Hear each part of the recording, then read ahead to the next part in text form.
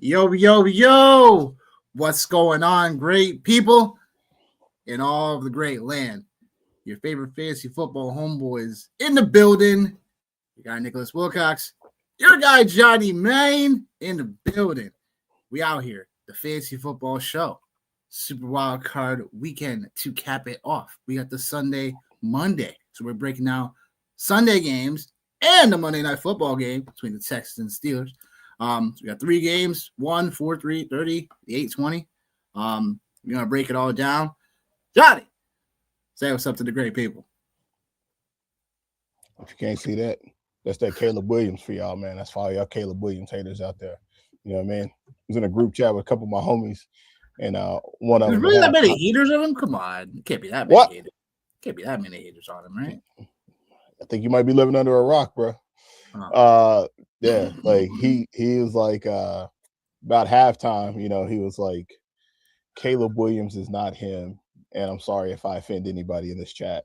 And I was like, hey man, he hasn't been playing good. Like I'll give you that. Like he hasn't played good, you know. And then obviously, like in our group chat, like with Hayward, it was like, you know, Caleb Williams is a second half guy, man, the ice man. You know what I mean? So. Definitely good football all the way across the board, man. Even the early game, man. Early game was really good too, man. So yeah, it was.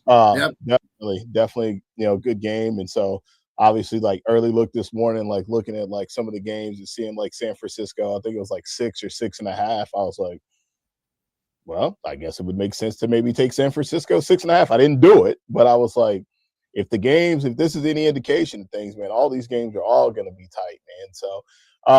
Definitely good football, man, for sure. So I'm super excited. My night would have went a lot better had Matthew Stafford, You should contest that because, like, I already did. But everywhere they still have 1 rushing yard. He couldn't. That's why I hate the kneel down. They really shouldn't be ruling a kneel down as. They really should be ruling a kneel down as that crap. That's crazy to me. Well.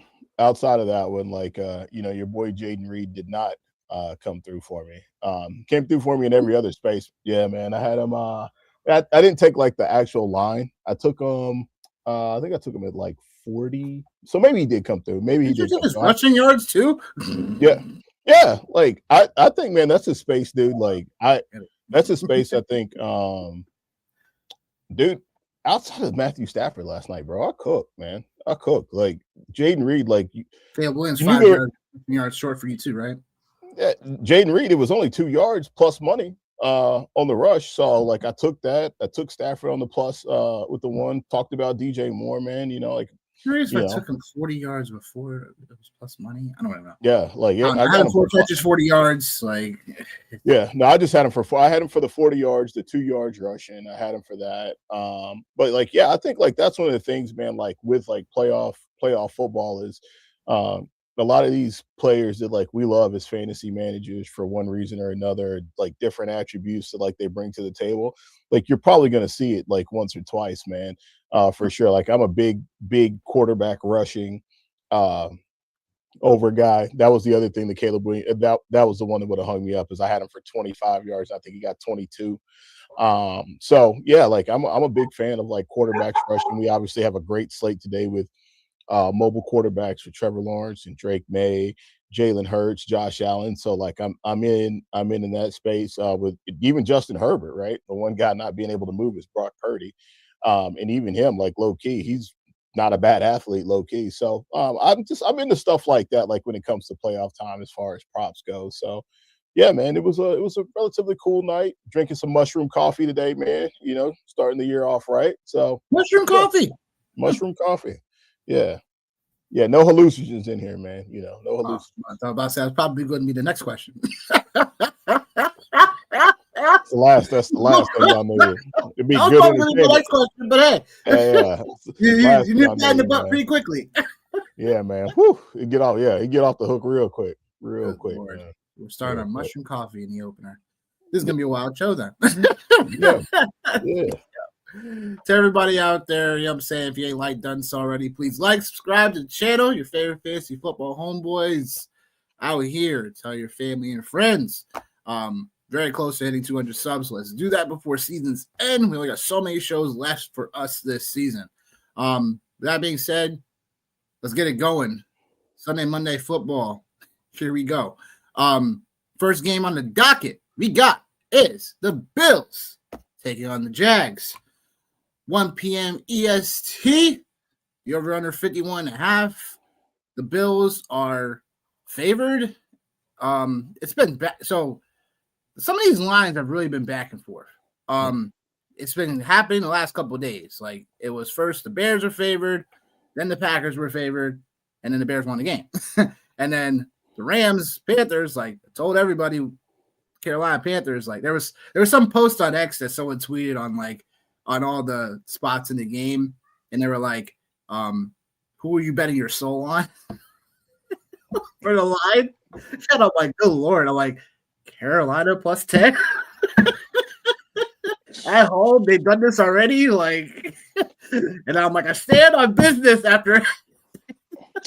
Yeah, no, I would be, Lord. I'd be checked out. Yeah, that wouldn't have been the one I would have went to. I would have went Probably to Caleb not. Williams.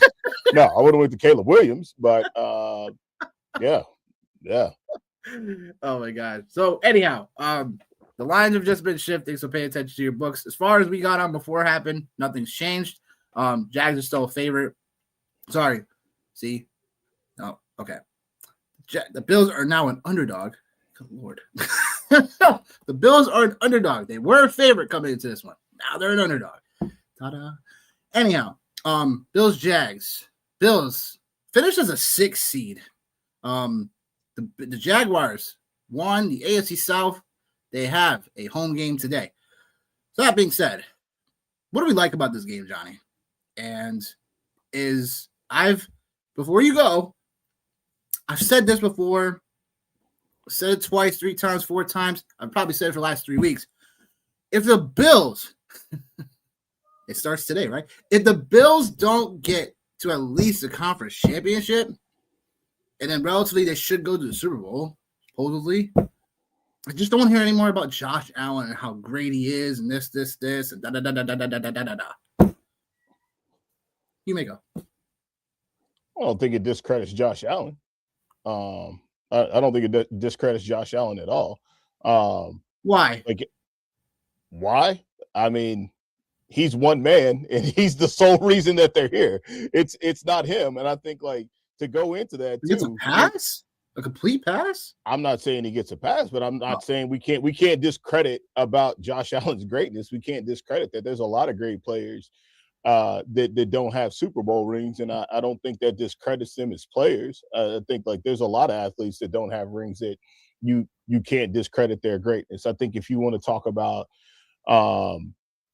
anything other than that, I think that's cool. But Josh Allen is absolutely not the reason why the Bills are not winning a Super Bowl. That's one of the things I think, and I know I get it. I know what you're saying.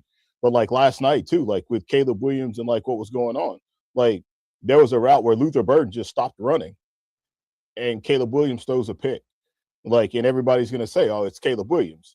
But then there's also the defense also didn't show up in the first half of that game as well and play either. So that's not on Caleb Williams. And I think there's a lot of that too, with Josh Allen, that it's not 1,000% on him. Because realistically, man, I was obviously looking to see, dude, Josh Allen in the playoffs, passer rating of 101.7, 25 touchdowns and 4 interceptions in 13 playoff games. Josh Allen is not the problem. Josh Allen is not the problem. If you want to say the Buffalo Bills as a team, I'm cool with that. But Josh Allen is not the problem. He's not the reason why the Buffalo Bills haven't won a Super Bowl. He's not the reason why they haven't been able to get over the hump. It has not been on Josh Allen. I got a question for you then. So where do we go when it is the QB's fault, right? We all like to get on the QB, right? Yeah. When it's the QB that gets people over the hump, we want to give QB the credit.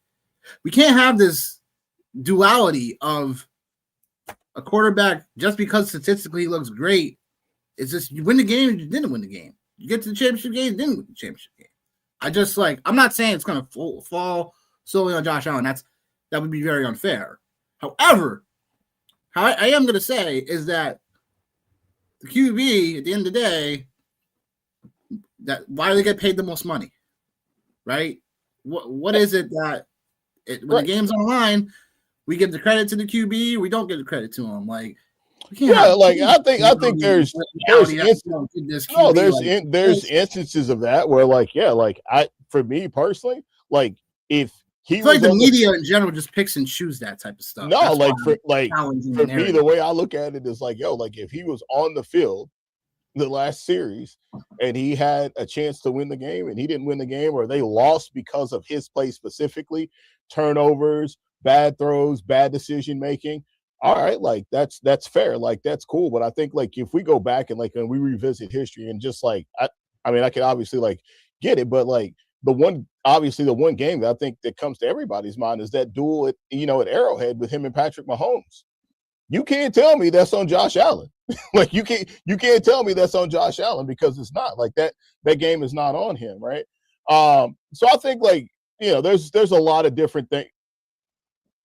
What? I'm not gonna say it's not. I'm not saying I'm not hearing you. I'm just saying in general, I just don't like the duality stuff. It's it's either you did it or you didn't do it. It's not so black and white. Then we need to say the Buffalo Bills and not Josh Allen. If we say the Buffalo Bills, then I think then yes, I'm open for conversation about the Buffalo Bills team. But as one man on one side of the ball with three different phases of it, there's only so much you can do. And I dare to say that and I'm not even a Josh Allen fan, super fan by any stretch of the imagination. You are right now. I'm not. I'm just, hey man, I'm just calling it like I see it, man. I'm just calling it like I see it. And the way that I see it is Josh Allen, right now, there's only a handful of quarterbacks that you could be okay, this is a guy, go out there and go win the game. And Josh Allen is one of those guys. I think obviously you could say the same thing about guys, obviously Mahomes. I think Jalen Hurts fits into that category as well, which obviously no shock. They're here. I think there's only a handful of guys that Lamar, okay, so if we wanted to go there, I would say that about Lamar Jackson. I would say his play in the postseason has been the reason why the Baltimore Ravens. See, this is different. No, you can't bring up Lamar in the same sentence when it comes to this. How can we not? Scenario. The reason why is because you're not giving the same type of emphasis. Lamar Jackson has not played good in the playoffs, bro. He has not played good. I'm not saying that he did, but he deserves his shake on not. Granted, he deserves his shake on not getting him there. But Josh Allen, the same sentence, does, because he's the leader of the team. Fair or not. I don't care about statistics when it comes to this situation anymore. Yeah. Statistics go out the window when it comes to playoffs. You either get it done or you don't. It's just that simple right now. Did you lead your team to the victory or did you not? Because it should most likely 80% is going to fall on you as a quarterback. Because you already know you get paid the most money in the league. You are the leader of the team as a quarterback, right or wrong? You don't play defense, bro. You don't play defense. You don't play defense. So if you're playing good, you're playing good. If you're not, if you go out, man, and you crush as a quarterback and your defense don't stop the nosebleed, of course, you're going to get credit for the loss. Why wouldn't you? That's crazy. But you can't say you lost the game because of quarterback that threw for 3 touchdowns, 300 and some odd yards, and played a flawless game. But on the defensive side of the ball, you didn't stop anybody. He didn't make a mistake. He didn't do anything wrong. He didn't play bad. He didn't turn it over. He didn't make bad decisions. It's the other side. It's a team game, man. So again, if you want to say Bills, cool. But I can't let you say Josh Allen. I just for me. But anyways, this game. Whatever. So the same sentence, you're gonna tell me that you just brought up Lamar, right? So you're in the same sentence, you're gonna tell me that it's Lamar's fault that the Ravens didn't get it done against your Steelers last week? No, I won't say that. I won't say that. Not in that scenario. See, again, that's why this is why we all go back and forth on this type of stuff. Because it's always we like to paint a picture of someone not taking accountability. Lamar Jackson has 11 turnovers in the playoffs, bro. I understand that, but I'm not talking about the statistic. I'm talking about how like you said, the whole team getting it done right. That's understandable. But as a QB, You're the leader of the team. It's gonna fall on you, rightfully or not rightfully. But that's not correct. And that's all I'm saying is that's not correct. And that's not correct to say Josh Allen isn't blah blah blah blah blah. Like, it is what it is, man. That's what agree to disagree. I know. It's fine. That's fine. Right. What's up, baby? Yo, we out here, yo. Good morning. What up, Tip? What's happening? What up, make sure you go like the YouTube video, bro. Please come on over and join us on YouTube. That being said, the Bills Jags. Yep. You go Josh Allen. So if he doesn't get it done here, what if the Bills don't get it done here? What do you have to say for them? They don't get it done here. Are they playing with house money now because of all these quarterbacks not in? Your Burrows or your Mars? Like I said, there's no excuses here. I have a theory with this game.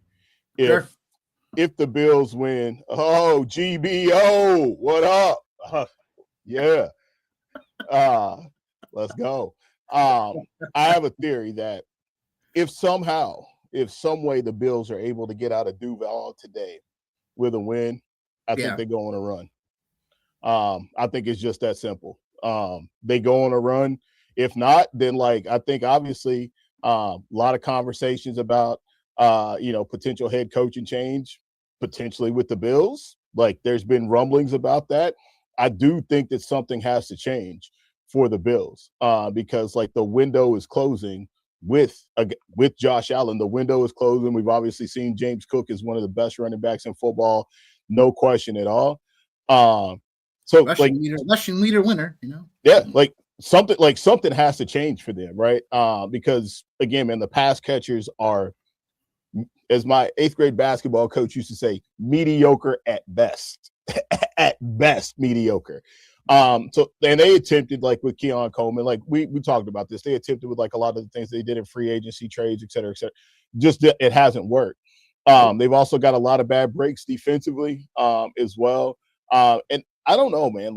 I'm Joe Brady. I never really cared for him. It doesn't do anything for me. It doesn't do anything for me. So that's my theory with the Bills is I think that if they win, I do think that they have the ability to go on a run because we've seen it happen during a lot of playoff runs where teams that have been written off, teams that have been counted out, this is where they kind of rally. So we should see, but even McDermott, man, he's 500 in the playoffs.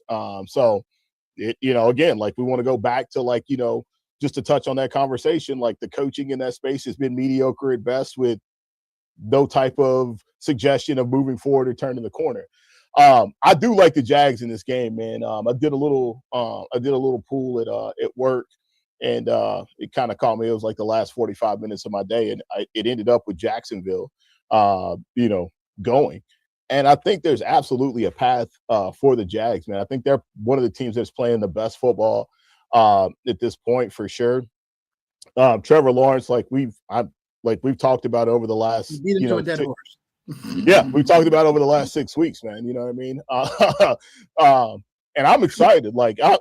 I'm really excited for him. I think I don't know why, but all of a sudden, man, this playoffs has become really excited to me because I think we're seeing anybody's game right now. Well, we're seeing the turn. We're seeing the turn happen with a lot of these younger quarterbacks, here and playing and their teams being there. So it's up for anybody, as you mentioned, all the perennial guys, all the guys that are here and now. Josh Allen's the only here and now guy. Him, and I wouldn't even call Hurts a here and now guy because he's still relatively young. But the here and now, the here and now guys. He's in that category though. He is you could say that for sure. But also too, he's another guy that people just don't give credit to for whatever reason. Don't know why. But yeah, I'm excited about this, man, just because we're getting to see Trevor Lawrence again in the playoffs. It's been a while since we've seen him. So just to kind of talk about a few things for sure. Trevor Lawrence, man, again, talked about rushing a little bit earlier on. In 11 of his 17 games this season, he's had at least 4 carries, including 8 of his last 10 games. So in his last 10 games, he's had 5 carries for 24 yards, scoring 7 touchdowns. And this is crazy. This ain't Josh Allen, but the Bills defense has allowed almost 7 yards per carry to quarterbacks. That's the highest rate of any team to make the playoffs in the 2025 playoffs. So I think there's definitely something to pay attention to there. Like if you want to talk about rushing props, maybe when you talk about DFS as well, as far as like mobile quarterbacks, there's definitely an opportunity there with Trevor Lawrence. And then, obviously transitioning over to the Buffalo Bills, man, and really it's only two guys, man. We know it's James Cook. We know it's Josh Allen. Cook's been held below 90 yards in seven games this season with 10 or more carries. Despite being the NFL's rushing leader, the Jags are allowing 68 rushing yards per game to running backs in the NFL. That's the fewest in the league. So, like, you talk about, like, what's really going to swing the pendulum in this game here. It is Jacksonville's defense, and it's the Buffalo Bills run game. It's the rushing attack, right? So, like, I expect to see Josh Allen, throw his name in the hat to get a couple of carries today as well. And so for Allen, man, 270 yards of offense in all four of his career road playoff games, averaging 351 yards per game. And talking about that 2021 divisional playoff game, he had 397 yards in that game. The Jags have allowed 270 total yards to 7 different quarterbacks this season. So I think this game I think Vegas has got it right. I had no intention on coming in here this morning and defending Josh Allen. I completely blame it on mushroom coffee. That was not my intention today. Didn't even care about it. Literally, we couldn't, like, would have been totally fine not even talking about Josh Allen today. Like, totally would have been fine. But like, I just called it like I see it. I wouldn't even call it a track record. I'm just calling it like I see it, man. So I do like the Jags in this space today, man. 1,000%. But obviously the Bills. Josh Allen, he likes the Jags. Yeah, apparently. I just, listen, man. I'm like the fantasy. What is it? I just don't stand for fantasy bullying, man. I'm not gonna let Josh Allen sit here and be bullied, man. I'm not even. Like I said, I'm not even a Josh Allen guy, bro. But like, I'm not like. Listen, man. If you listen, if you see, listen. If you see something, bullying, huh? Yeah. If you see something, say something. You know what I mean? Like that's what it is. And I seen something, so I'm saying something. So I'll talk about ownership real quick on FanDuel. What? I said that mushroom coffee is a wonder, huh? Oh, it is. I can't imagine what it's going to do for me 3 weeks from now. So I'm going to talk about FanDuel today because that's where I'm going to be playing at today. James Cook. Yeah, go ahead, talk about FanDuel. Yeah, listen. Last time I checked, money be green. Money be green for your accounts. Yeah, money be green. Listen.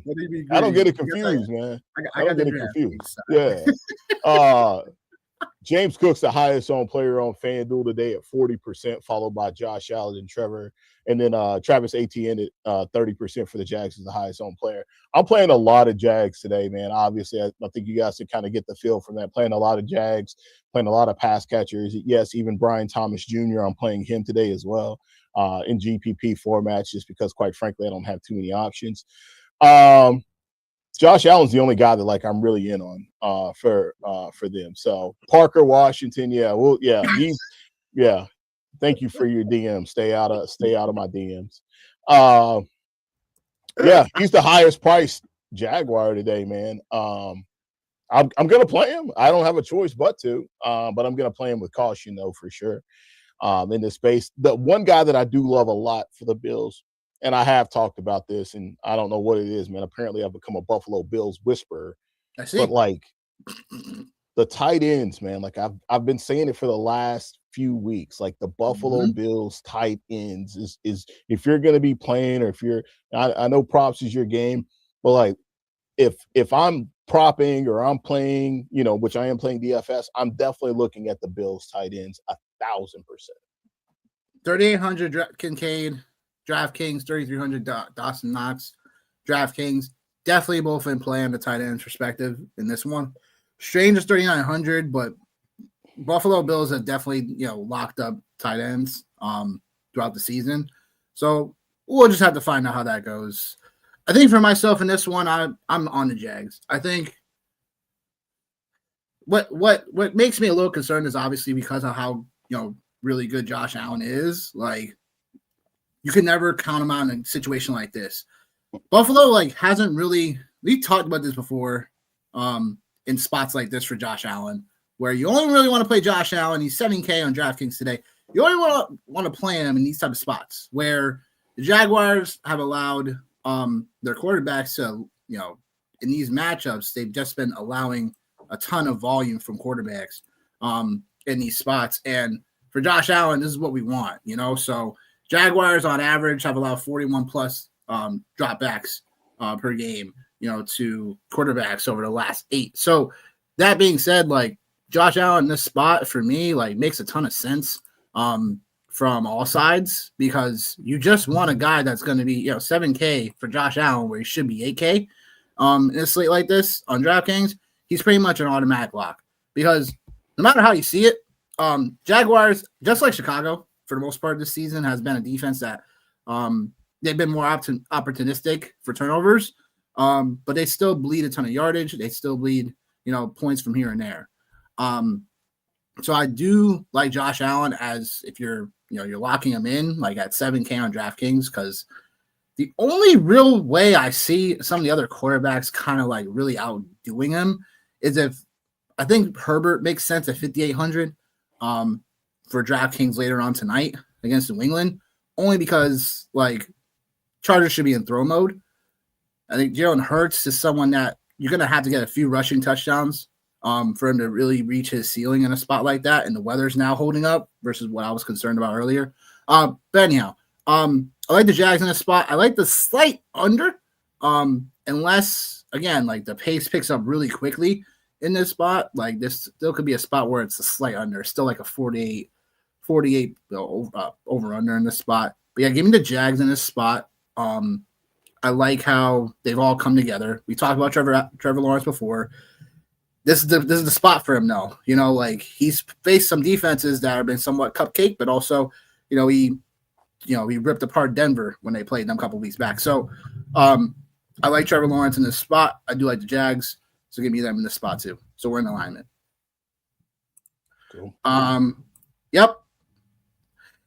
What is he like this? I think he's like the third highest owned on DraftKings today among receivers. If you're playing, he's 5K, and I definitely like him in terms of like, prop land. So we'll get there later. But definitely Parker Washington's going to be high owned. So there's definitely some leverage spots off of that too. We'll get to that too, but definitely like the Jags. We both like them in the spot. I'm just really curious if Buffalo does lose this game, like, do they really make the change for McDermott?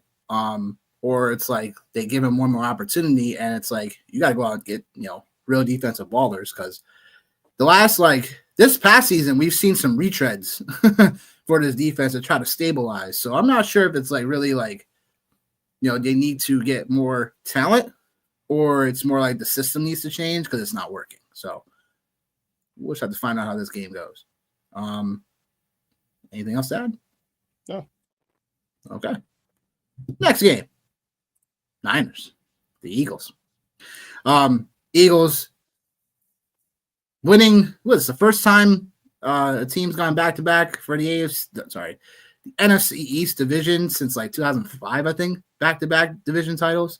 Something like that. 2004, 2005. Someone out there correct me. That being said, Niners getting 6 points on the road going into Philadelphia. Take on these Eagles. You're over under 44.5. 4:30 game time start on your Fox network. That being said, what do you like about this spot? I think the Niners, outside of Carolina, was the biggest underdog by point total for the overall slate of games. So the 6 is interesting only because obviously we know the Niners' woes on defense in terms of pressure rate. Like, they still are a bottom 5 defense in pressure rate. They do in terms of so that leads to other things for Philadelphia if they want to throw the ball. The concepts between Devontae Smith, A.J. Brown, Dallas Goedert, all these guys when it comes to when the Niners play shell coverage, A.J. Brown sees about 28% usage rate against single highs. So this is something where the matchup right here for A.J. Brown is here. So I think the Niners are pretty much middle of the pack against the run. So we could still expect a decent game from Barkley, but it's really going to come down to Jalen Hurts in the arm. Can they get the play action pass going off of the run? Can Hurts, we've heard before that he doesn't want to run the ball as much, but this is the playoffs. So it's win or go home, my guy. You better go out there and run. Better go run the dang perimeter. The overall side of things for the Niners is like, again, Brock Purdy in this offense before last week was somewhat relatively really hot. So the Eagles defense are somewhat, they're getting back to their ways of being a decent defense. And now they're at home. So I like the Eagles in this spot. Call me crazy. But I do think the Niners are going to give them a run for their money. If the Niners get past this game, there's talk about Fred Warner coming back. So if they do get past the Eagles, that would be an interesting storyline to keep watch for. There's a clip of him doing some crazy, climbing up a scalpel, around the stadium. Did you see that video? I'll shun you if you didn't. It's crazy, bro. Well, you can shun me, but I was like, I don't even know if this is real or not. Like this literally looks like an AI generated video. I watched 5 seconds.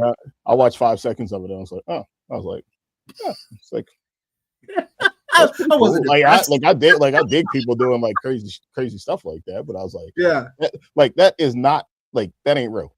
That's AI generated. Like that is 1,000% AI generated. And if it's real, then the rest of the league better watch out because the 49ers are going to the Super Bowl. Like if it's real, like that's all I gotta say. If it's real, they're going to the Super Bowl. Yeah. But that being said, I think I'm taking the Eagles in this spot. The Eagles for me is just one of those teams that, like we said before, they definitely get heckled, and I think it definitely happens more in the Northeast and like other media markets for the most part. So it's more like, hey, like they always get heckled. They're always a team that's always going to be in it here, right? So I just think the Eagles are going to get the job done at home. I just feel like the Niners. I didn't before I got on. Is Trent Williams playing? Last time I saw, I think he was going to be questionable to play. But okay, so no, just got the update that he is going to play. So that's good news for them. So that was something that I was kind of worrisome about because they didn't have Trent Williams. Like this line should definitely be 7.5. So, but what do you have to say about this game? Niners Eagles. What you got? I think a couple things. I've said this. I think I said it to you in passing. I've said it to a couple other people. I think we've been. I don't want to say waiting, but like Saquon Barkley just hasn't been. It hasn't happened for him like the way. Like it's not that it's been bad, but like it hasn't been like 2,000 yards Saquon. And I think like for anybody, like it's like, as you said, living in the Northeast, like there was a day where it was 40 degrees, man. And it was a balmy 40 degrees here in Maine. And it felt great because it had been like 5 degrees and like, wind chill of like -12. So of course, like it feels great. So I think like saying that in like comparison, man, I think like this is the time where I think you will see Saquon Barkley. Saquon? I don't want to say I'm not gonna go all the way down that path, but I think like we start to see better performances from him for sure. That's what I think in that space. I do like the Eagles today. I agree with you. I think like for whatever reason, I don't know, and like we even talked about it last year. I remember talking about it here. It's just like what do you have to really complain about? I guess I just don't understand. Same thing about another Pennsylvania team. I knew, didn't even get a chance to get it out of my mouth. Nope, I got there before. Before I got interrupted. But like I think like that's the thing, like with these franchises and these organizations that like do have a high standard for themselves, right? Is like, the fan bases are like that. The players obviously are super comfortable because obviously they know what's going on inside the locker room, et cetera. But from the outside looking in, there's always like a lot of noise. So yeah, so I think like the Eagles are like in a really good spot for sure. The one thing that is a little bit concerning for me today, if I had to like pinpoint anything, I would say it would be like just the zone usage for the Eagles. I mean, for the 49ers defensively. Jalen Hurts has had some opportunities when it comes to zone defenses. And the Niners, like they've actually played that more this year than they have at any point in time under defensive coordinator Robert Saleh. So Yep. I think like that's something to kind of pay attention to in that space as far as like, all right, like I mean, not to cut you off, but that's Devontae Smith, the Dallas Goedert area of the field, like AJ Brown, like this is where it's like if they do play a ton of that zone coverage today, it's like it only takes one crosser route really to get these guys. Well, I mean, there's that. There's also like you talked about like the mobility factor as well, and just like where we're at now, as far as like the playoffs and Jalen Hurts just obviously understanding, that hey, this might be a place where he might have to use his legs. Another couple of other call outs to get like to switch it defensively to offensively, I would say it's like the 49ers just as a whole, they haven't been very good as far as like the run after the catch. I think they're like the fourth lowest in the NFL in that space. And I think we know Philly's defense is definitely pretty daggone good. So I think that's just another element of things like the call out for, especially like, how healthy is Ricky Pearsall going out there? How healthy is George Kittle going out there today as well? What's needed. We know what it's going to be with Christian McCaffrey. We know he's going to see an aggressive amount of work today. Like this is what it is. And this is why, like, obviously, like I love the playoffs so much is because like you finally get the opportunity to see all of these stars. Like if there was a headline for today's slate, it is like elite prime time running backs like Saquon Barkley, Christian McCaffrey, Travis Etienne. Prime time. Oh, bro, James Cook. And then you got the young bloods, man. You got Omarion Hampton and Travion Henderson, and the hottest running back in football that nobody's talked about. That like people told me I was a raging psychopath for believing in the 9th round in Ramondre Stevenson. Like it's like this is a great slate. He got to the 12th round at some point. Bro, like I ain't even gonna talk about it. But like also too, like the quarterbacks, like we just talked about, like the future of the NFL quarterbacks and like the here and now guys. So like, anyways, I digressed. But yeah, like I think like for me, man, I'm very, very excited about this game here. I do think there is a chance. I do think there is a way that the 49ers could end up winning this game. I think there is a space that like this does happen. The Eagles offense has not been sexy. It hasn't been great. But they've been winning football games. And at the end of the day, man, like that's really all that matters. And yeah. And then like when we go back and like we look at like the 49ers and respectfully, I'll say this respectfully. They've won 4 out of their last 5 games, but when they went on that heater, let's not all get like crazy. The one team that they went on the heater and they put points against was the Bears. So I will give them respect about that, but that was also at home. But they dropped 48 on the Colts and 37 on the Titans. Well, congratulations. You did what you were supposed to do in that space, right? So it's nothing to write home about, right? So I think there's that. And then like the Eagles, man, like again, like I will preface it by saying, and then like I'm going to shut up. Actually, I'll hit some ownership in DFS, but like Jalen Hurts is a winner. He is a winner, and that's all he does is win, and he finds ways to win. And he does not care about the stat sheet. He does not care about all the other miscellaneous stuff. Like that guy just goes out there and finds a way to win. And I think the Eagles handle business today here. As far as the spread goes, the 6.5, like we talked about, man, like there's a part of me that wants to take the Niners in the 6, but like, man, that's dangerous territory, considering the fact we still haven't seen Philadelphia's best offensively.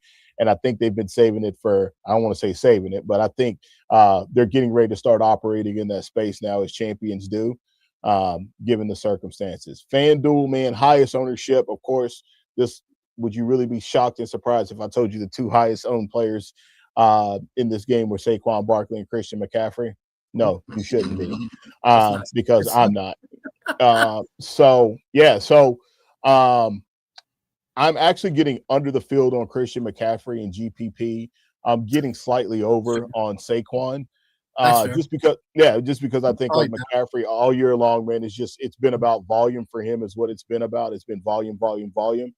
So there's that. And then pass catchers, obviously, as you mentioned, man, Goddard, Smith, AJ Brown, loving all those guys, man.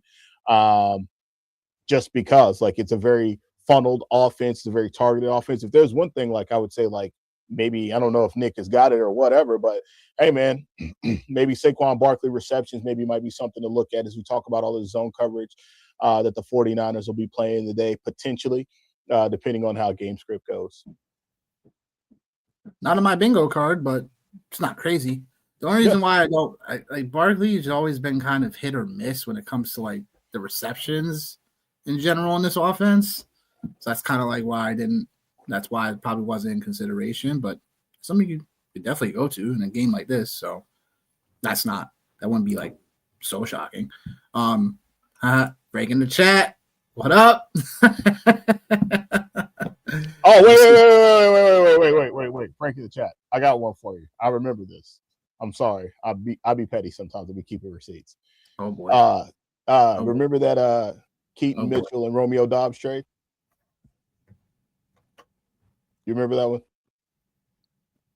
You don't. It's okay. It's fine. Yeah. It was a dynasty trade.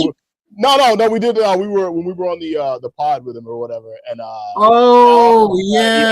right. I said no.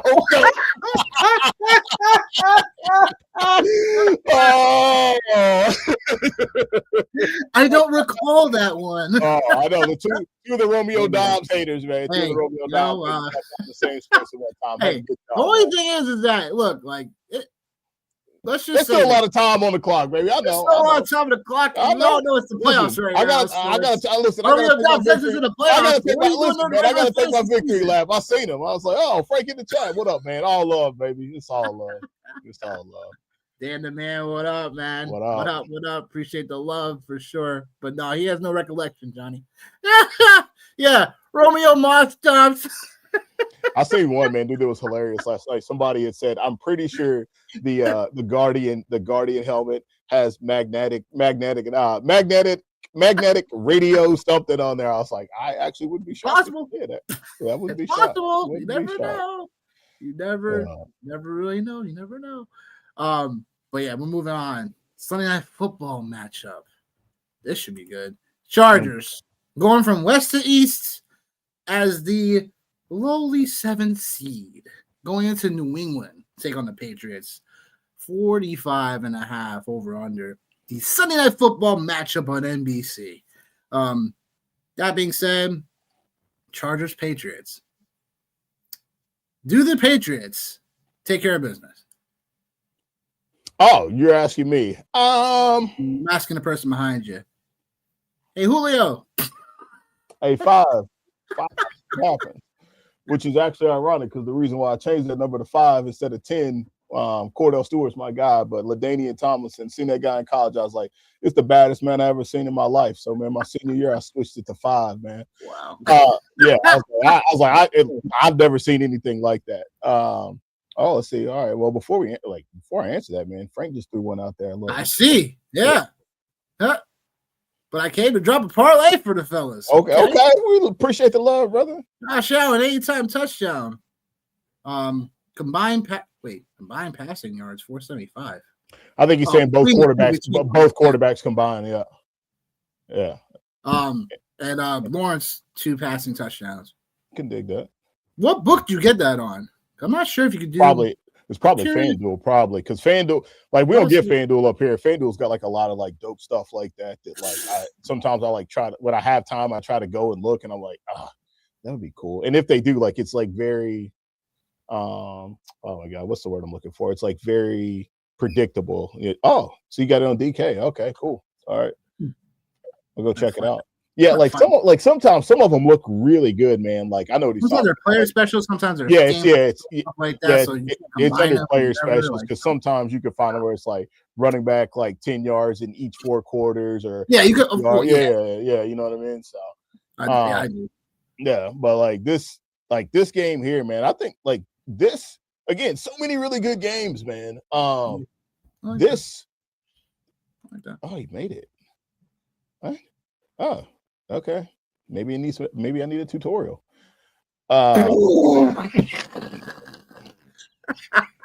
Cause sometimes they be on some garbage, man, and not letting you like parlay like certain stuff, man. It's all right. Listen, I ain't shamefaced. No, it's not even that, but the fact you said tutorial is just hilarious. Yeah. I think like, man, this game definitely could be, if there could potentially be an upset today, I think like this is the one where it could happen.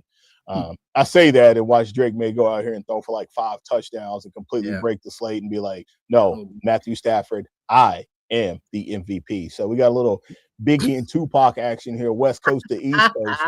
But talked about mobile quarterbacks, right? Like talked about that a little bit today. Drake May tied for the second most of the NFL with scramble yards with 706. Justin Herbert finished 2 yards behind him with 704. Both quarterbacks scrambled at a top 10 rate this season. May at 19%, Herbert at 17%. Man, I'm excited about this game, man. Like I really am. I think there's so much. We have a juicy slate. It is, man.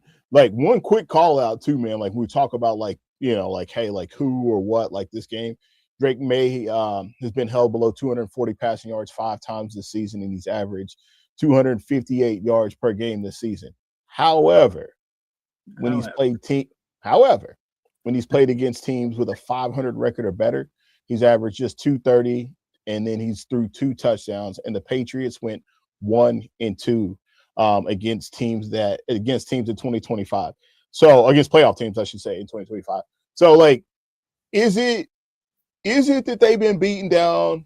Have they been? I don't know why I'm just keep using the word bully and why it just keeps popping into my brain. Have they been bullies in the AFC East and just taking advantage of like a really bad division and a really weak schedule?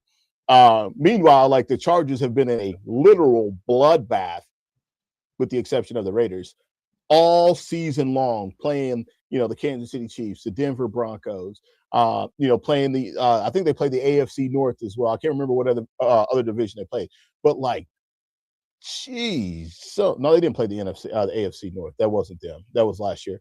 But like, holy smokes, man. Like the Chargers plus 3.5. I do like that. I do like the Chargers 3.5 because I think there is a space where it can happen. The Patriots defensively, like I was kind of scrolling and like looking at some of the names, man. I was like, oh my God, man. I was like, Robert Spillane, ex-Steeler, ex-Raider, XXXXX, everything. I like him actually, like low key. But like the Chargers, again, man, like defensively, like I'm switching gears, man. The Chargers defensively, man, they've allowed a 40% completion rate on downfield passes of 10 yards or more. It's the 3rd lowest rate in the NFL. I'm gonna hang my hat, man, with the Chargers, man. Like not to win, but I'm gonna take the Chargers and the points. And I think today says a ton. We know there's always an upset in in Super Wild Card weekend. If it's not this one, then maybe it's the one on Monday night, hopefully. But I'm gonna take the Chargers, man. The 3.5. I'm gonna pick the Patriots straight up. And see what happens. But like, dude, what a game we have, man. Again, like the 2 future faces at running back, 2 of the future faces with Omarion Hampton and Travion Henderson and Ramondre Stevenson as well. He's a future face. I mean, listen, dude, Ramondre, is he like 27? I don't know if he's 27. He's kind of up there. He's got to be at least 27. I think he's 27, so I wouldn't call him a future face. So yeah, but either way, man, he's been the hottest running back in football, as I've said earlier. 28. He's 28 in February. But fair. But he's still the hottest running back in football. So good luck today, Chargers, in your second string offensive line.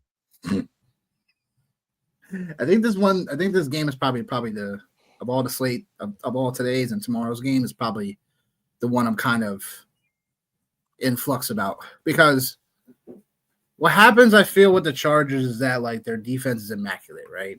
Pass defense is a top 5 defense for the most part of the season, and Drake May has been one of the highest QBs in football.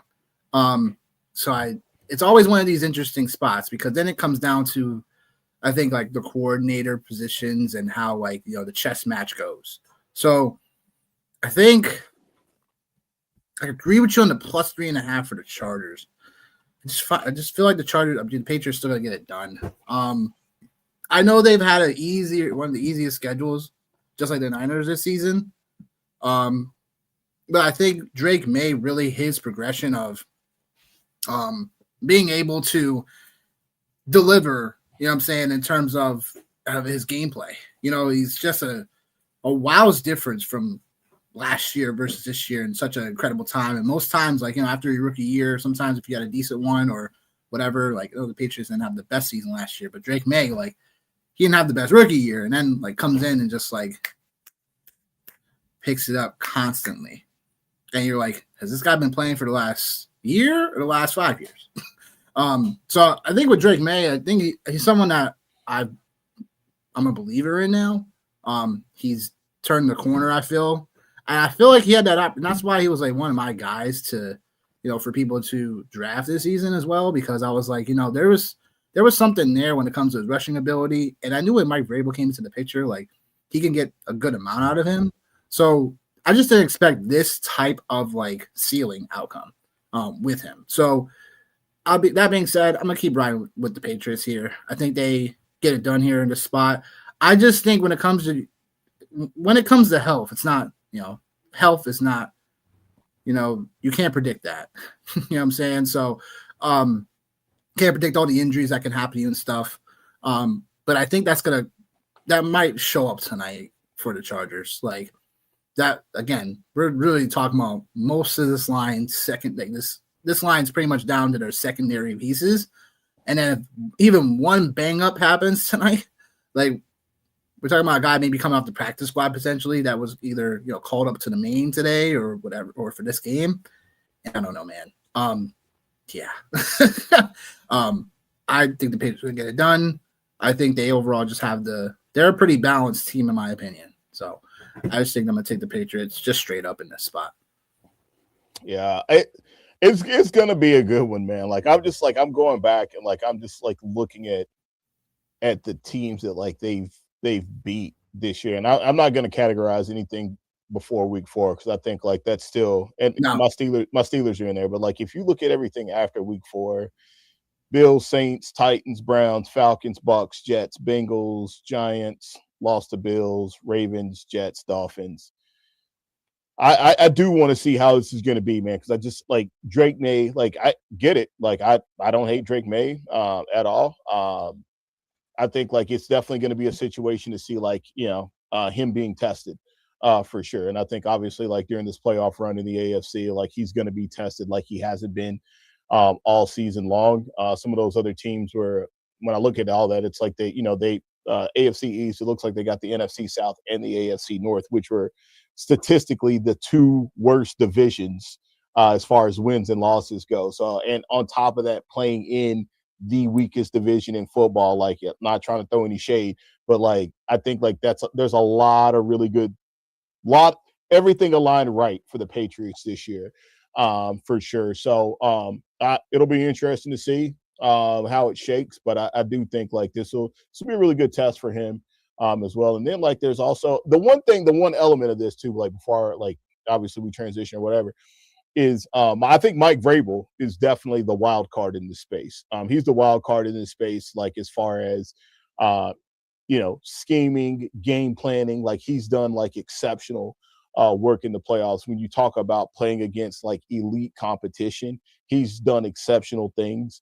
If you go back and kind of revisit, like he was one when he was in Tennessee, they knocked off Tom Brady in the playoffs, and Belichick. He out Belichick with the old punch shenanigans there, which I loved. I loved every moment of it. Period, point blank. Literally loved every moment of it. Like, oh God.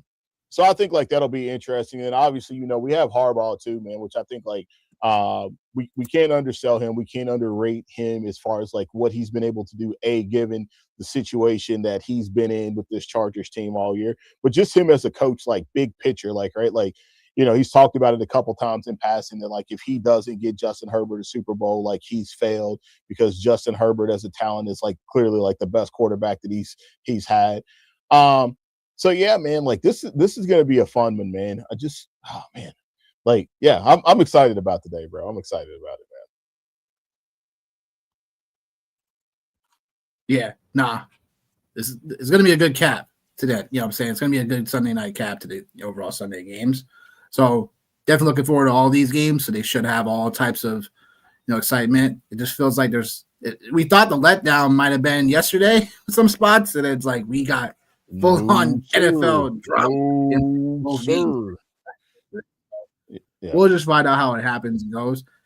We have over 172 people looking at our video today. Please help your people out and like the YouTube page, please. The Fantasy Football Show. We're pleading now. We're trying to get to 200 subs before the end of the season. Please go over and like and subscribe if you haven't done so already. At the very least, please go over from X to YouTube to come like the video and then go back to X if you want. But please help your favorite fantasy football homeboys out. We have one more game to get to. And Johnny, it's your favorite one. It's Monday Night Football. The Texans getting 3 points going into Pittsburgh. The over-under 38.5. Steelers, Texans. Johnny, you have the floor.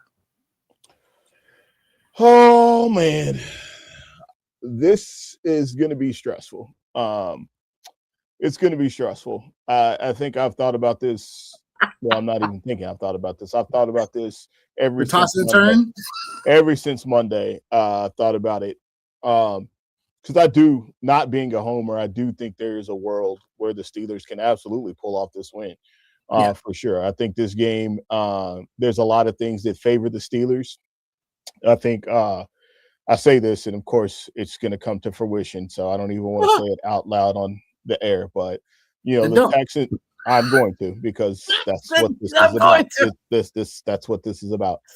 The one thing that really strikes me, is the Texans and the run game, and the Steelers' inability, or their inability to be able to stop the run all season long. I think there's a couple of narratives, and I think there's a couple of things. So just word to Joe Budden, just walk with me. You got a lot of veterans on this defense. This is all they've been wanting. This is exactly the situation they've been asking for. This is exactly what it is. To win the division, to have a home playoff game. TJ Watt looking for his first, playoff win, which is crazy to even say out loud, right? Like that's crazy to say. So like all these veterans now defensively, like this is what it is. Obviously the Texans have Nico Collins, been on record for saying one of my favorite fantasy football players over the last 2 seasons. And then they also have like a lot of really good young talent as well with, the Iowa State boys as well. So I think that's kind of scary for me, given the fact that like we have been known to give up some big plays. We've been known to give up big plays all over the field defensively. Who am I kidding? So that's kind of scary. I think offensively for the Steelers, I think this is just a situation where like, what do you do to mitigate a defense that is this aggressive and is this good? You screen them to death. You run the football at Will Anderson. You run the ball at these guys. The one guy that sucks so bad that we don't have today is Mount Washington, because like that could have been the ultimate equalizer for this game. Absolutely. But I think you see Art Smith and Aaron Rodgers like at their finest in this moment, like with the run game. Aaron Rodgers, like just seeing him on Sunday night, I refer to it as him being in his all Madden mode, where he gets the players on the field that he wants, that he needs, like schematically, and he's just like, hey man, you run a dig, you run a go, you run a 7. You like that's all it is he's up at the line of scrimmage, like directing traffic. I think that's something that can help you guys out in this spot. If you're going to play against the Texans defense, that's already been like the terrorizer, and there's been some spots where they haven't looked invincible. You know what I'm saying? Yeah. So it's like I think the biggest thing for the Steelers, and that helps, is that Aaron Rodgers, like you said, conducting the musical. You know what I'm saying? And keeping things on schedule. And once they are, tempo, line of scrimmage, we're going. Like it's So like I do feel good about like that space for sure. I think too like the weather, obviously, like the Texans playing indoors, being it outside in Mhm. Pittsburgh, like we've seen like the home field advantage, like we've seen what it is. So yeah, man. So I like this spot for them for sure. And we'll see how it goes, man. There's always a team that goes on a run.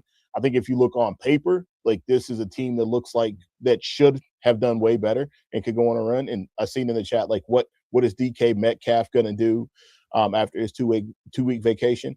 I'm just gonna give you my theory. I'm gonna give you my theory. And again, this I'm not I hadn't even said one stat. This is just me as a fan right now. Nick, you can cook it up statistically however you want to. This is just me as a fan right now. I think that DK Metcalf, after a 2-game suspension and seeing what he put his team through and how close they were to not even being in this place, I think you get the best version of DK Metcalf that you get all season long. And yes, I know Stingley just got his second All Pro. Yes, I'm well aware of that. I know Stingley's good.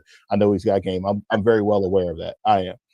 But even statistically, if you don't get his best game, this might be a game where he comes out and intangibly is one of the better pieces and does a lot of the dirty work. So yes, so I am nervous about this game, but I'm also very excited because I do think the Steelers have a hell of a chance to be able to pull off this upset, if you will, in Vegas's eyes.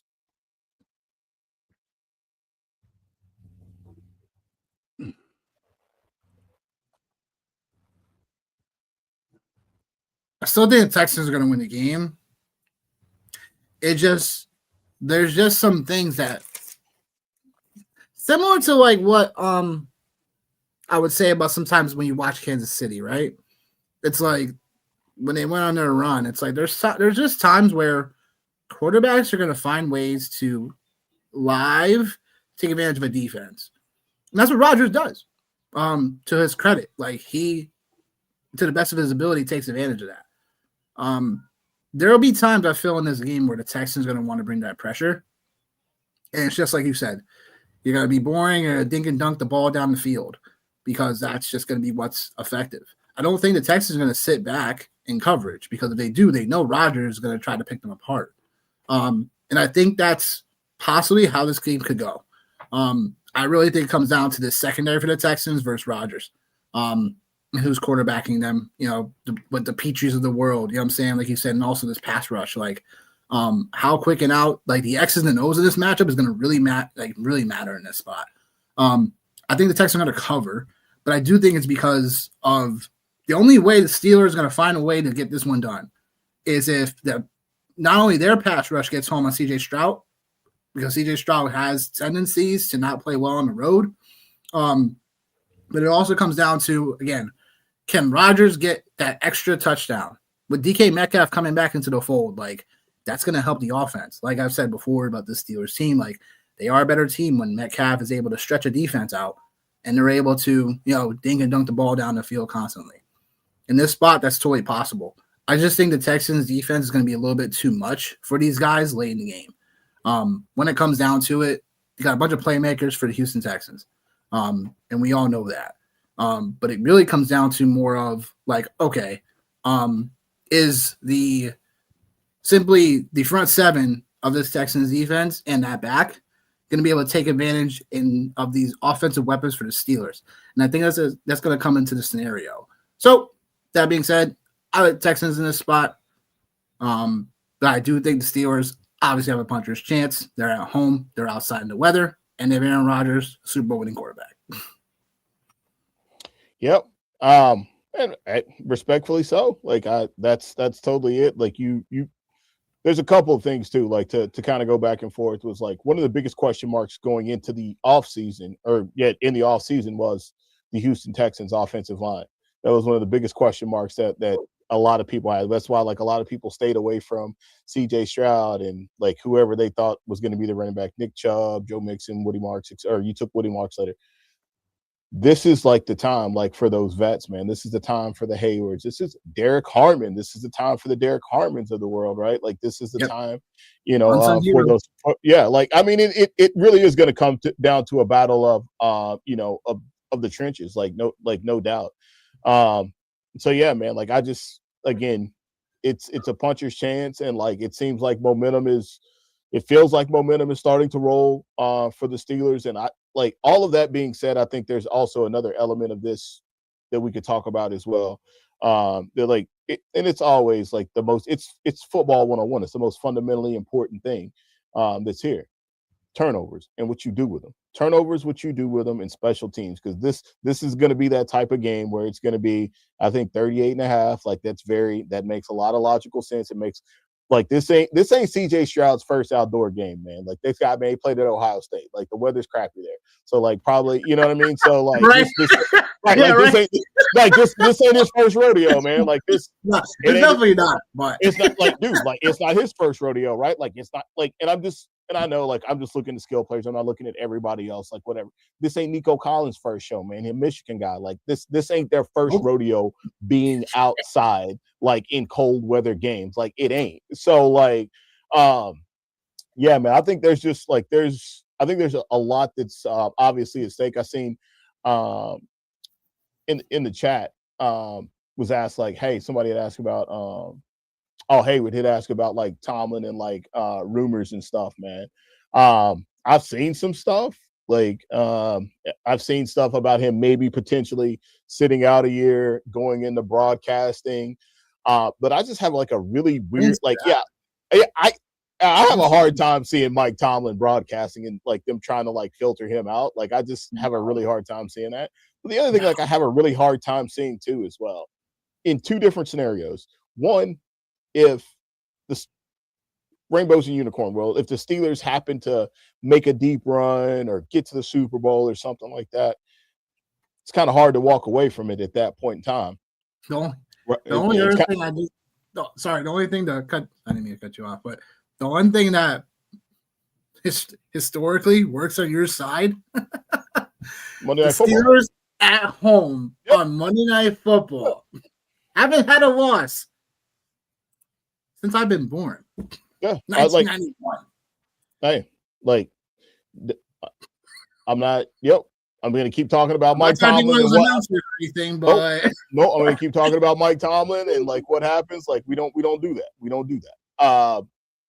But I've seen the him being like in broadcasting piece.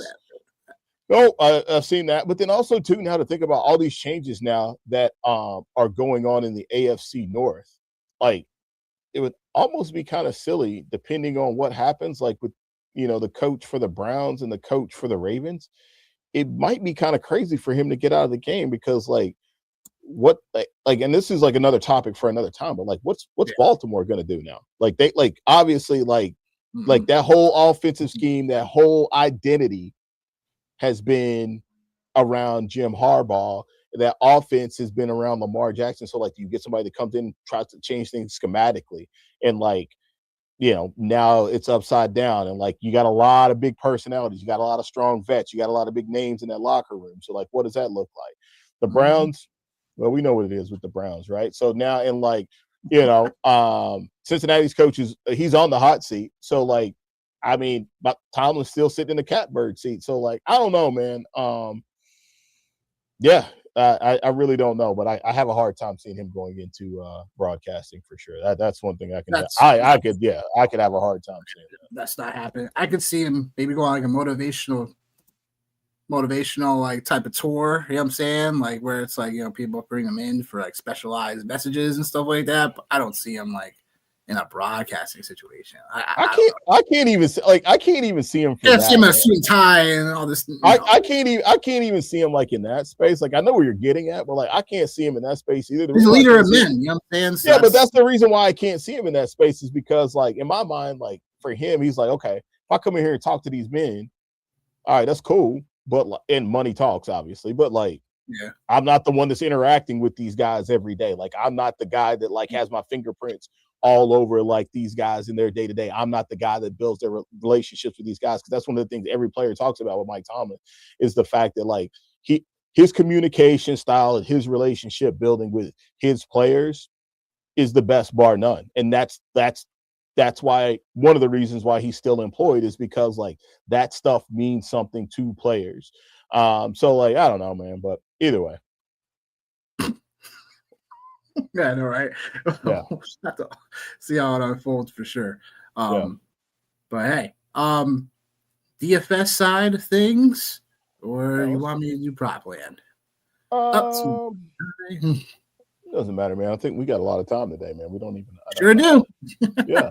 Let's see here. Oh, not single game. Let's see here. Let's see what we got for a single entry for today. Anything that's pretty good. Well, Millie Maker. That's just burning money, man. What's wrong with you? What's wrong with you? That's just burning money. Hey yo, that's just burning money. He said. Yeah, that's just burning money. It's just burning money. I can't. Let's see. What's a good one? Let's see here. This is a good one, man. $2, $700 up top, man. $2 single entry. So yeah, we'll switch it over here and we'll make a little lineup, man, for sure, and see how it goes. You have the floor, my guy. Oh, all right. Well, all right.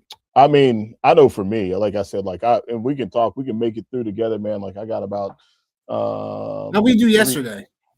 Did not cash, man. Did not cash on DraftKings. I had a feeling. Not cash, yeah.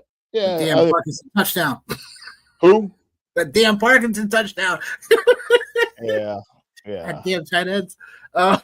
Yeah. I like one of the things for me, like I'm playing in the 20 I'm playing in the 20 max entry as well. And one of the things like with the 20 max entry, I find myself leaving a lot of money on the table as like I'm building these lineups, man, this week, just because of like the things that we've talked about.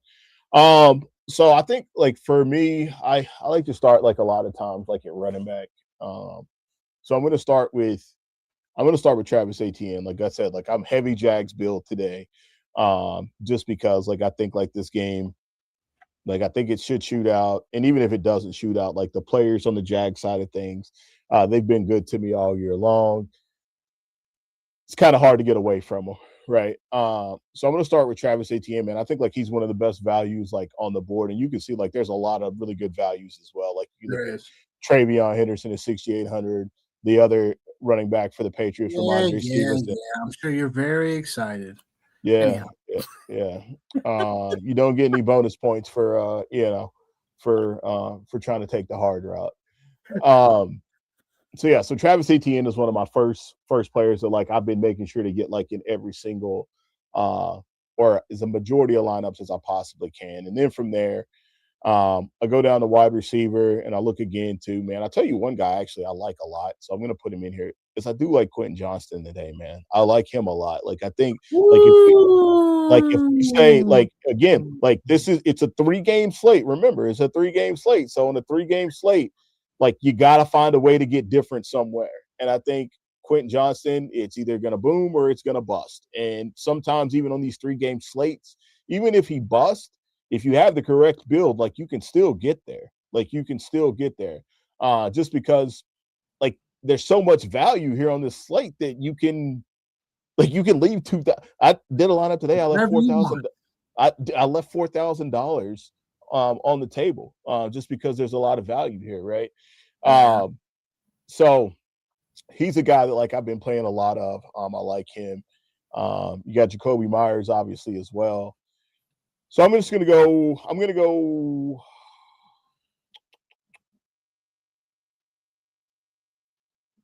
Devontae Smith. I'm gonna put him out there for now.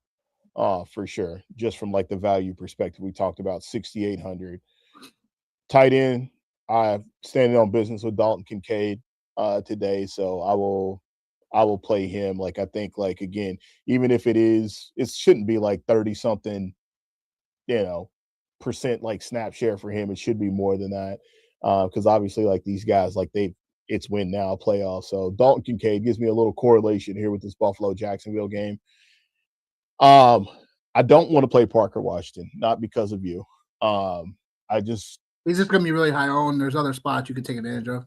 I think so. I think so for sure. But I'm definitely going to try to max it out here with these guys. So I'm going to go Jacoby Myers. I'm going to get him in there. Yeah, that's the pivot you want to do. And I'm going to play Trevor Lawrence, like I talked about. And then at running back, like I feel like Ramondre Stevenson is definitely he's the play. And I know he's got to be like wildly popular owned. I'll switch over real quick and just see like what he looks like in that space. But I know he's got to be like popularly owned just because of like what he's done recently. And of course, yeah, he's actually not that popularly owned on FanDuel, so that's great. Stevenson should be popular much of it. I mean, we say he's the hottest running back. I feel like still like there's still other spots to go to outside of Stevenson because people are still worried about the split in terms of how this, like, Henderson, Stevenson. It's also the late game. So it's like, it's one of those spots where I think people aren't going to go to enough, especially on Stevenson. So I think he makes some sense to play because if we're talking about it, it's either that game or the Niners game is going to be on the relatively underside based on projection. So I think that I don't think Stevens is going to be popular. Long-winded way of saying that. 5 touchdowns in his last 3 games.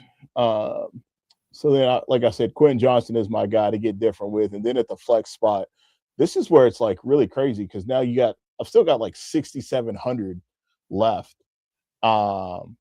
6,700 left. And like, obviously, like you can throw in any defense, right? But like, if we're really, the problem like I'm running into a lot is because I'm so Jags heavy today that like I can't even get to like the Jags defense in certain instances, which also tilts the field as well. Like if you're playing defense versus Josh Allen, like probably one of the higher owned QBs on the slate. So like that's one of the things like I like to do on these type of slates as well. It's like, hey, like if you believe, a defense is going to win, and the quarterback is like really high on, like obviously like that kind of helps you tilt the board a little bit. So whether it's Jacksonville or whether it's Philly, although I feel like Philly's a little bit dangerous because like San Francisco could pop off. So let me say I got Lawrence, ATN, Myers. I'm just going to go Philly for now and just to see. So now got 9,300. So actually, yeah. So we got 9,300. So I'm going to actually move off of them and I'm going to go to the Jags. And then I'm going to talk to you about our flex play. We can pick any player on the slate. Any player on the slate is what we got with the, let's see here, 1, 2, 3, 4, with the exception of a Jags player. And if we wanted to have a Jags player, we could move it down. Let's see. I see you, Hey, we're talking about tight ends. Like I've still got 10 more lineups to build. In my 20 max entry. Still got 10 more lineups to build. Yeah, still got 10 more lineups to build in my 20 max. So like Goddard is somebody that like it kind of happens to me like that sometimes. Like when I'm building, like I'll get to building and I'm like, well, I haven't like I started to get to this guy like enough. I do like 2 tight end builds today, man, because I think like that's low key. Like you got Kincaid, you got Goddard, you got Kittle, you got Strange. So like I think there's definitely like a really really a really good place to be in. So who is our final flex pick here for our single entry? Let's see. How much we have available, you said? We can take any player. It don't matter. We can take any player. We got 9,500. Christian McCaffrey's the highest priced player at 9,500. So we can take any player we want. So like your best play of the day, who is, if they're already on here, then like, that kind of sucks. But I guess it comes down to AJ Brown or Christian McCaffrey. We already have Devontae Smith, and we don't have no bring back or Purdy. So just give me McCaffrey in this spot. I think McCaffrey is going to have a way of just been doing it all season via the volume. So it just makes sense to have him here in this spot. If you have Devontae Smith on the other side, make that little bit of a nice little skinny stack. You'll have Quentin Johnston, Stevenson. Well, you do that too. How much we have left? If no. I just I just move. I always like. I'm a psychopath. I always move. No, yeah, that's that's not being always. psychopath. Yeah, Being smart. yeah. I'm always a psychopath. I do the same thing. Like never, ever. I do the same thing. Yeah. Do we want? It just feels we have Dalton Kincaid as a bring back. No. Why the Jags defense? Why? Yeah. Just to be able to get to any player that like we wanted to, because now like if we do, are they the lowest? Well, no, I mean like we can go Jags, Bills, 49ers, Chargers. You can go Chargers if you like, but the 49ers, the 49ers doesn't give you that. We're just 3,400 though. Huh. That's interesting. Okay. No, but Quentin Johnson 6,400. Is that what else is besides? I'm just kind of. Yeah, I mean, you could go off of him. You could go off of him, go to Jacoby Myers, and then get to Philadelphia. Oh shoot, sorry, freaking I'm messing with shit, dude. Oops. Yeah, so Quentin Johnston. What's the other guy? And then had Devontae Smith, Quentin Johnston. Yeah, Myers. You have Myers then. And then and then the Jags defense. But you're saying if we go off of Quentin Johnston, and then we could go to. Because if we scroll down even more, like you can go to Keenan Allen. You can go Keenan Allen, Brian Thomas Jr., Brandon Cooks is. You know what I'm going to talk about, right? Huh? You know what I'm going to talk about, right? No, talk about whoever you want to. Kyle Williams. In a playoff game? With everybody back? I mean, he popped up on that hamstring late in the week. So, he's somewhere if you really want to say salary and then boost up, you know what I'm saying, potentially another spot. Like, I know you like Stevenson, but it's also like we could potentially get someone else at running back to make this a 3 workhorse type of running back build. What? There's so much other. Like, I'm not concerned like about pricing like on this slate. Like I'm not. Like, I just think like again, like you can make whatever build you want to make. And like Kyle Williams, like could he absolutely like take the top off of the defense 1,000%, like 1,000%. But like, there's all these other wide receivers that like we have access to, like at 6,400. Like you have Johnston, like potentially Pearsall, BTJ, Keenan Allen, Pop Douglas. Like there's definitely like a lot of guys that like are going to be on the field. I'm also curious about? Keon Coleman. Crazy to think about. Reason why is because Palmer's on the IR. So it's like who is it Cooks? Is it Coleman? Like, does he get a second chance? Like, it's also something curious about because that's just leverage in the field if that price point if it happens. Well, all these guys are relatively leveraged, man. Like not a lot of people aren't playing like this lineup, like real talk. Like a lot of this here. So we need to go that deep. You're saying, got it? No. Like they just updated. Let me see.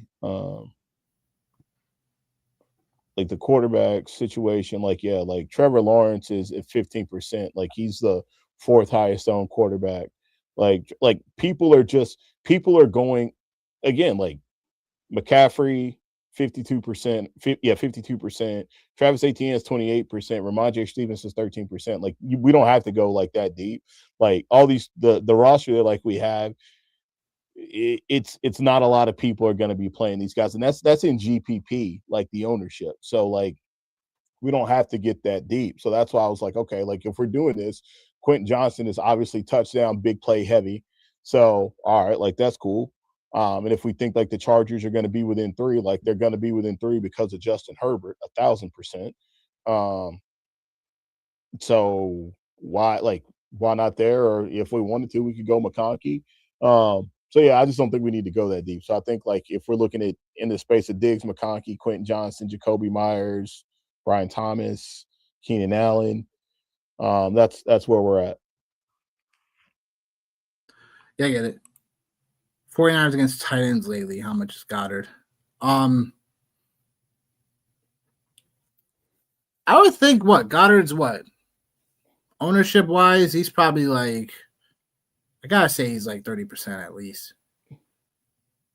Goddard's 5,600. Yep. And 18% owned. A little bit less owned than I thought he would be. A little less owned than I thought he would be. And then Gadsden, what's he at? We need a wide receiver though. Oh yeah, sorry. Yeah, we do. Sorry, yeah, we do. We got you done gone down a rabbit. You done gone down a rabbit hole. Sure did. And how much we got salary left for receiver? 6,400. And I was gonna tell you Lab McConkey. I mean, look, man. Like all we needed, man, was we just needed the receiver. I mean, the flex play.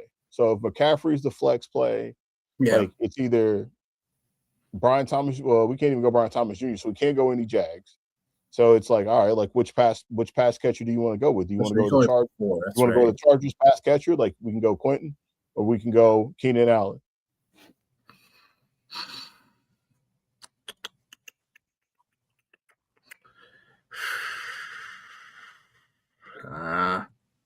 This is a tough one. Well, look, Khalil Shakir. I mean, if that's your move, then that's your move. He said, "I got." I don't like. I got 349 of these. I don't like this right now. It just feels wrong. Johnson 6,400. We got Brian Thomas, Shakir, even Keon Allen under them in price tag. I just if you want to go Keenan Allen, then I'm fine. Weird to me, though. If you want to go Keenan Allen, like I'm fine with that. We definitely could go there. We definitely could go there. If he does get the volume, he's going to smash. Perfect. All right. So there it is. So Trevor Lawrence, Travis Etienne, McCaffrey, Devontae Smith, Keenan Allen, Jacoby Myers, Dalton Kincaid, and Ramondre Stevenson.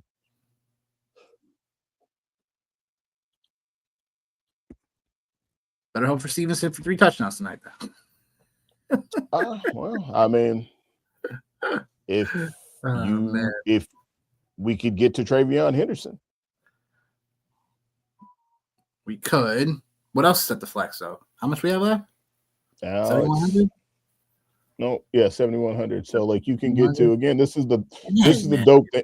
This is the dope thing about this slate is like Travion, Devontae. Travion, Parker Washington, Jawan Jennings, Omarion Hampton, Steph Diggs. Now, if you really want to get to Lad McConkey, you can. George Kittle. There's a lot of different places you can go. I'm not going to ask you any more questions because we'll be here for forever. But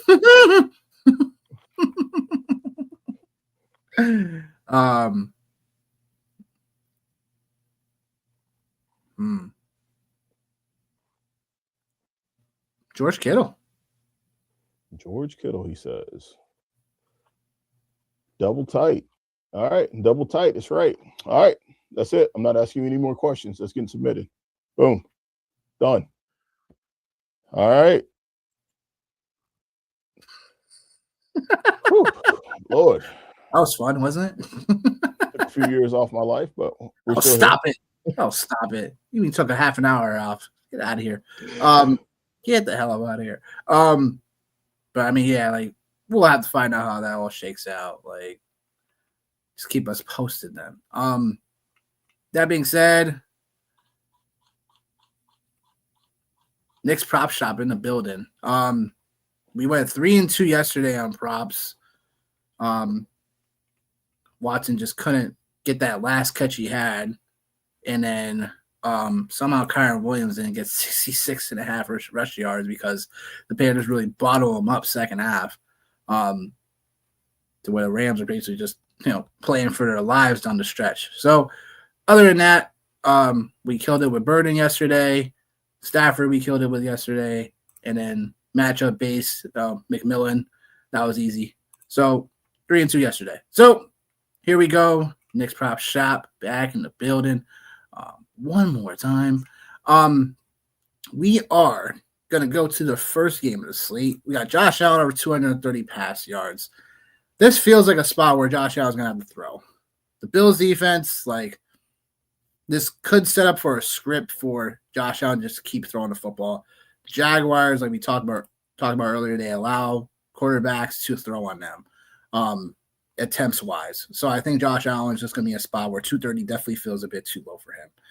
Trevor Lawrence 240 pass yards. Again, we've been rolling with Trevor Lawrence over the last 5. He's hit this line at least. So we're going back to the well on that. Travis Etienne 66.5 rush yards or more. The Bills defense against the run, a bottom 5 defense, they are a run funnel. So definitely like Travis Etienne. I believe Tune is playing, but this is not going to shy me away from Etienne's line today. Kincaid 40+ receiving yards.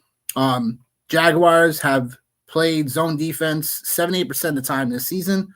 And Kincaid is one of the best yards per route run against zone coverages. So Kincaid, this 40 yards feels easy, even though he's going to be somewhat a part-timer-ish, so to speak. But the Buffaloes need all their weapons today. I think Kincaid definitely is one of those beneficiaries. My guy, Parker Washington, 50+ receiving yards. We overall, I should say the Parker Washington guy, overall is the Jaguars, Trevor Lawrence's favorite receiver, in my opinion, somewhat. And I think with Parker Washington, he could get this. Haywood talked about longest reception. I don't mind that for 20+. But I do think in a game that should go back and forth, Jaguars should find Parker Washington for 50+. To the Niners-Eagles game we go for props. We got Jalen Hurts, 210+ pass yards. This is a spot where Jalen Hurts got to prove he's a passer. I wouldn't say prove, but overall, we all know, we're going to be playing a ton of zone coverage. But again, all the spots for the weapons for the Eagles find themselves in a really good spot for weapons. Like, they all get decent run against zone coverage. A.J. Brown, when they play single high coverages, again, 28% when it comes to target rate. Like, I definitely like him as well, 60+ receiving yards. We just like this game for the Eagles to pass a bit more in this spot than they normally would. I think the Niners are going to keep somewhat Barkley in check. You could take him for his rushing prop, but I do think that the Niners are going to find a way to make Hurts beat them by his arm. And I do think that the beneficiaries, Dallas Goedert, A.J. Brown, all these guys are going to find ways to hit their prop line, and then we'll find out how the rest of the game unfolds. And now Christian McCaffrey, 110 rushing receiving yards from scrimmage. We all know McCaffrey is a volume monster, and he overall should get there relatively with ease. The Eagles still are a decent defense, but McCaffrey should find the volume. It should be him and Kittle, and then the rest as it goes. I know Pearsall's still questionable, so we got to find out if he plays. If he does play, that might make things even a little bit more easier for McCaffrey. But this is win or go home time, and I expect McCaffrey to at least – he should get 30 touches in this game. So he should hit his line, 110 scrimmage yards. To the Sunday Night Football game we go. We got Marion Hampton, 43+ rushing yards. This line's too low. We took this line, I want to say almost a month ago, for rush and receiving. You could take that for 58 for scrimmage. But I do like the 43+ rushing yards. This line's just too low. I know Marion Hampton is not so-called healthy coming into this one, but he's had 2 weeks to get ready. And in this spot for him, I do like the rushing prop. The Patriots are 17th for run DVOA, and I think that Hampton gets there. He should get it. By my calculations, he should have at least 55 rush yards. So this line's a bit too low for me. And then Justin Herbert over 1.5 pass touchdowns in a spot where I think, the offensive line may not be holding up as much. I think Herbert's still too talented for this line. He's proven that he's one of the best in the league still at the position. And I just like how Justin Herbert is going to find a way to do this in the playoffs. And I know the Patriots defense, they're not the best against the run. They're better against the pass. But I do like Justin Herbert's spot for the touchdown prop here. Monday Night Football we go. C.J. Stroud, 220 pass yards. The only time he hasn't hit this line was game 1 on the road. in the beginning of the season. So C.J. Stroud, in my opinion, hasn't always played his best ball on the road. I think he'll have to in this spot against the Steelers, who, again, already pass funnel defense and will find ways to give up bigger plays. So him and Nico Collins connection, it's only a matter of time. Nico Collins, 70-plus receiving yards. He is the alpha of this offense via receiving threat. And I think he's too talented to not hit this line. In a game that's, I know, is a slight over-under lower than the rest, all it takes for Nico Collins a few big plays. He's done it countless times before this season. Jaylen Warren over 1.5 catches. Jaylen Warren, it's going to be one of those games where him, Gainwell, it's going to be the tight ends, it's going to be Thielen. It's obviously Metcalf going to be back in the fold. Rodgers going to find ways to get those dink and dunk passes, and Jaylen Warren has proven to be the all-purpose back. Him and Gainwell has really been more of a split between the rushing and receiving, but more receiving for Gainwell for as far as receiving yards. But Jaylen Warren still finds ways to catch the ball at the backfield. So they are 1-2 tandem, but I do think Warren's going to find a way to get this done in this spot. And then lastly, DK Metcalf. Welcome back, DK Metcalf. 50-plus receiving yards.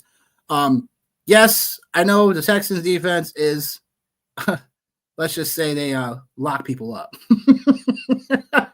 But I think in this spot, DK Metcalf's going to have to, he's had 2 weeks, well, technically so-called 3 in a way. But I'll just say that DK Metcalf's going to come back. He's going to perform for his team in a game where it's playoffs, baby. It's win or go home time. So the props I got throughout the week, I may have a few more if I see a few more.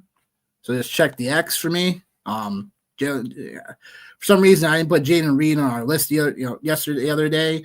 So he catched for us both yesterday, 4 catches and the 40 yards. So I felt good about that. So technically, the record should be 5-2, but we'll update that later after all the props have been have finished out for the overall weekend. But yeah, that is Nick's prop shop. Word. That's right. Stuck up hole. Thanks, Haywood. Really appreciate it, man, for sure. It's been a good season overall for props. I feel like I found my footing for the most part in terms of like definitely research and relative different ways to get people some money, including myself.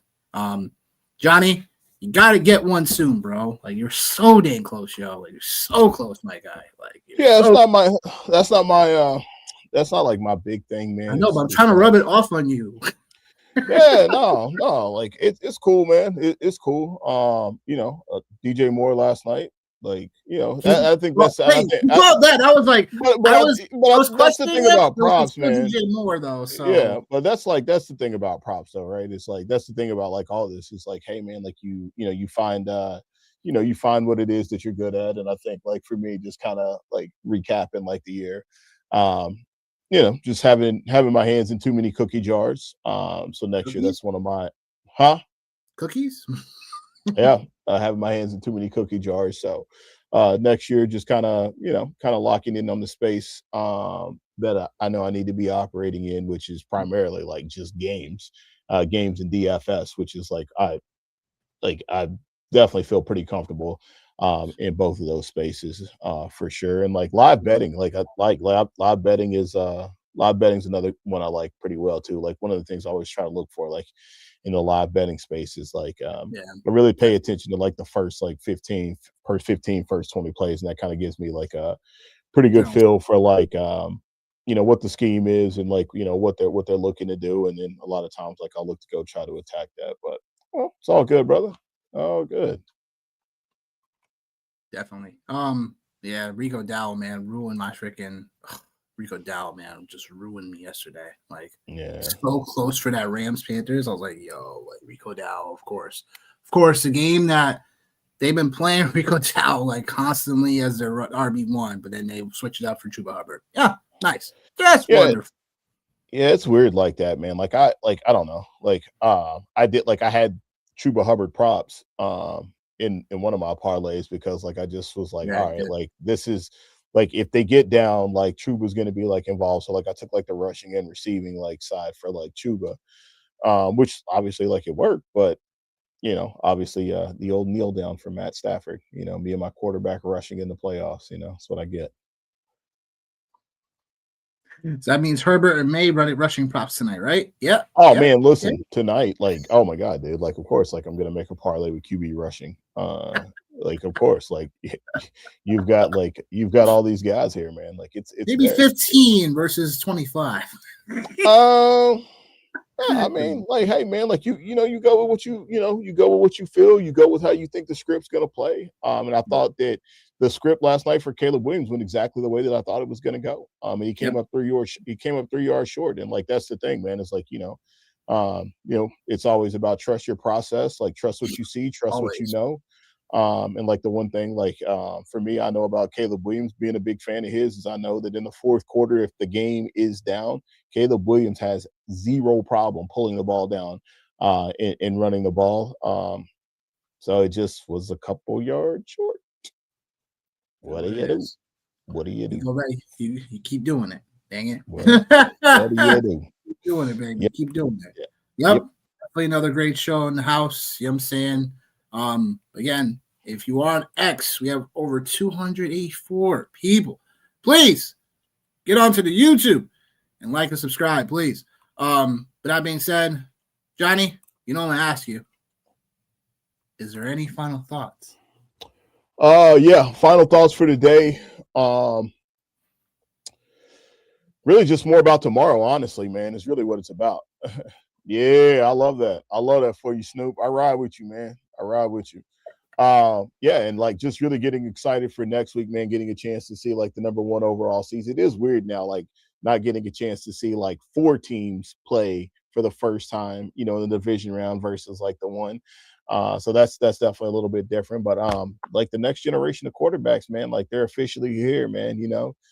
Drake May, but Caleb Williams, Bo Nix, like those guys, man, like they're all here. I'm probably like leaving a couple of other ones off, but yeah, excited about that, man. And again, like we don't have too many more of these left, man. So to echo what Nick said, man, please, go to the channel, like, subscribe, tell your friends about it, tell people you don't like about it as well. Like we'll take them too. We'll take anybody at this point. So that's all I got, man. Yep. Game you're looking forward to most today? Me? Yeah. Game I'm looking forward to the most, probably the Jags and Bills, honestly, man. That's the game I'm looking forward to the most, just because I think like you're getting the opportunity to see 2 teams at different ends of the spectrum going different ways, man. You have the Jags that are ascending up with literally without their first round pick. You have the Buffalo Bills who, are going somewhere we don't know yet. Potential coaching changes, all kind of crazy shenanigans could be in line really for both organizations, as well as crazy as that sounds. And I think like that's the thing like I'm looking forward to the most is that because I truly believe whoever comes out of this game here, this Jags and Bills game, I think whoever comes out of this game is getting ready to make a pretty deep run for me. That's fair. I honestly am looking forward to the Charger Patriot game. Because we're going to find out if the Patriots up to snuff, right? I feel like if they get this one done against the Chargers, I feel like they could come out the AFC, which is crazy. Who, the Chargers or Patriots? Who'd you say? The Patriots can find themselves in a position to get out the AFC. I think if they get past the Chargers. I know the tests get a little bit more bigger, but I feel like it's one of those momentum things for the Patriots because I feel like if they beat the Chargers, right, they may get the Jags if they win, or if the Bills win, like they get the winner of the Texans-Pittsburgh game. So I guess it's twofold, right? Because the Jags win. Sorry, if the Bills win, they're division rival, right? They might be rooting for division rival today. They can host the highest left seed left. So, or I don't know. Anyhow, what I'm trying to say is that I think the Patriots can make a run if they get the job done tonight. I think they had all the pieces to do it, and it was like one of those monkey off the backs, like, yo, we beat people this then the thirds, and we didn't have the easiest schedule type of talk. So, although I still like Denver to come out the AFC. So, well, I got a $5,000 question for you. 5,000. That's it. That's cheap. Yeah, easy money. Yeah. The Patriots don't win tonight. Is it Drake May's fault? Yep. Fair enough. He had a great season, but if they don't get it done in the postseason, fair enough. Can't wait. Can't wait. Can't wait. It's always a QB's fault. It's always QB's fault. Yeah. That being said, yo, we out of here.